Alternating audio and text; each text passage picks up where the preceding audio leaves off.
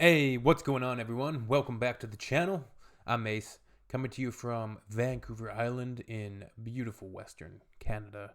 And we're checking out Defining Moments, the Eureka Stockade, which was a conflict between gold miners and the, British administration and colonial forces, I guess. I believe the dispute started over the taxation that was introduced on gold in the mines.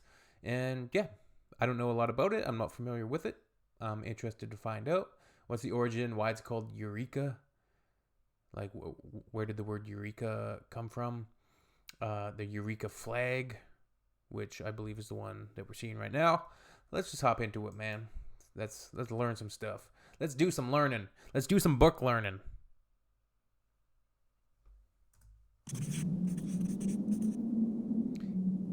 (1854). Eureka, the cradle of Australian democracy, where the common folk gathered under the Southern Cross to demand a fair go for all.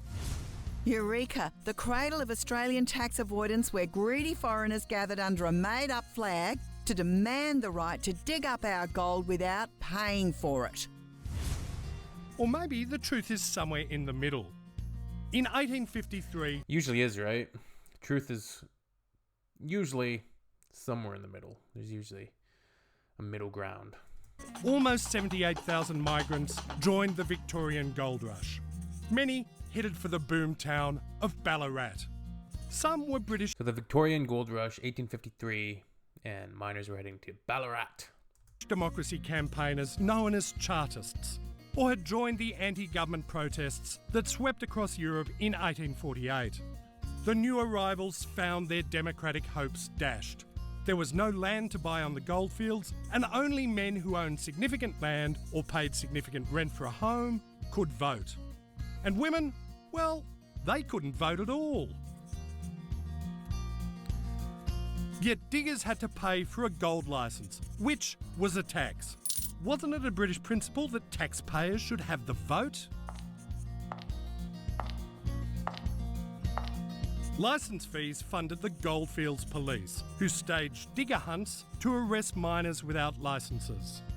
The digger hunts were led by James Johnston, the nephew of George Johnston, who'd put down the Irish Rebellion at Vinegar Hill in 1804 and led the Rum Rebellion against Governor Bligh in 1808. If you wanted to stage a rebellion in Australia, you needed to invite a Johnston. The miners' anti-government sentiment hardened when Ballarat's magistrates cleared the owner of the Eureka Hotel of murdering a miner. The government's anti-miner sentiment... So the owner of this hotel killed a miner? Damn, and then the government just cleared him of it? Yeah, man, you can't suppress this type of rebellion for long. Owner of the Eureka Hotel of murdering a miner. The government's anti-miner sentiment hardened when miners burned down the hotel and, under the leadership of John Humphrey, demanded Governor Hotham release the arsonists, end the gold licence and introduce Chartist reforms, including voting rights for all men. Hotham responded by ordering an additional 150 British troops to Ballarat. Up to 15,000 people gathered at Bakery Hill on the 29th. How many? 15,000? Up to 15,000 people gathered at Bakery Hill on the 29th of November. Gold licences were burned and the Southern Cross flag raised for the first time. Johnston responded with a massive digger hunt. The outraged miners regathered at Bakery Hill, where Peter Lawler, a young Irishman from a prominent nationalist family, stepped forward and said, "Liberty!" The miners who wanted to fight back chose Lawler as their leader, took the flag to Eureka Flat and built a Okay, Eureka Flat. Okay. ramshackle stockade.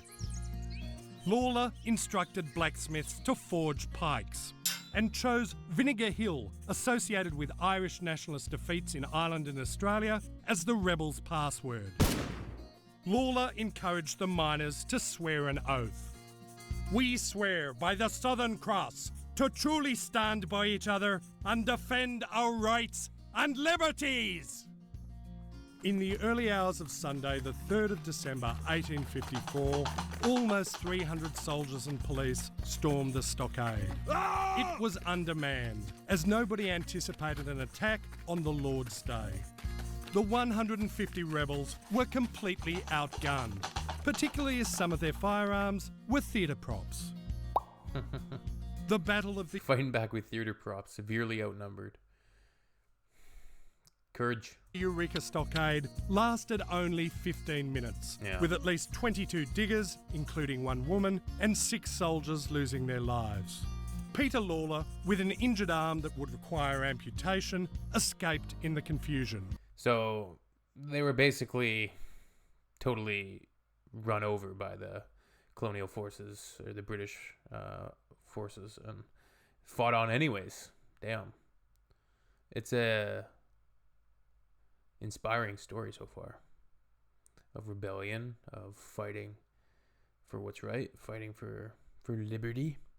And it's crazy what past generations had to fight for, had to fight through. And it's why, you know, younger generations need to be cognizant of that and ensure that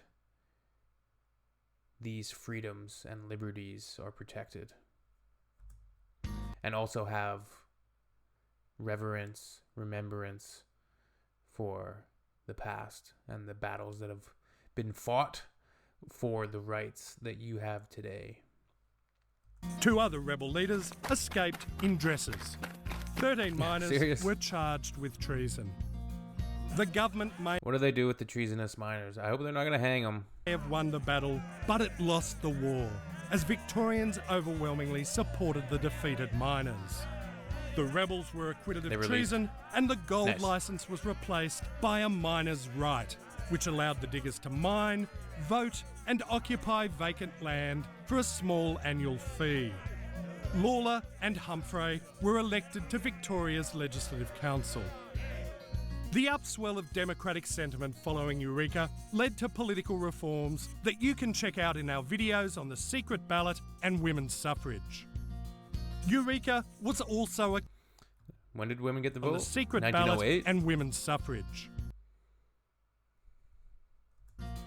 Eureka was also a key event in the development of an Australian identity.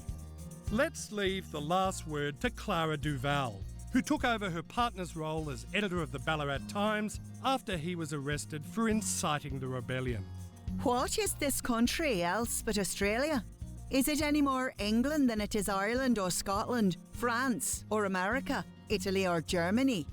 Is the population, wealth, intelligence, enterprise and learning wholly and solely English? No, the population of Australia is not English, but Australian.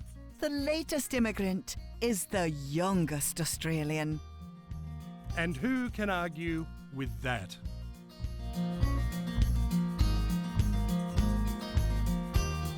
Is it British? No. It's Australian. That's sick. She sounds like a cool lady. Pretty cool story. Important in Australian history, Australian independence. Becoming a federation. I'm sure this was a defining moment. Hence, defining moments. The Eureka Stockade. Very, very cool. Very, very well produced video. Reminded me of watching like a segment at a museum or something. Like informative and engaging, and keeps you wanting to find out who the players were, who fought and did what, and why. So very cool. I like that. Let me know in the comments your thoughts on it, your memories on it. Were you taught about this in school? Like, what type of event was it? Is it something that is still in the modern Australian zeitgeist, or the modern Australian psyche, something that's still important? I'm guessing it is, because this is a pretty cool video. And yeah, I really like that newspaper quote at the end there. Very, very good stuff. All right. See you soon. Later. Shoot it.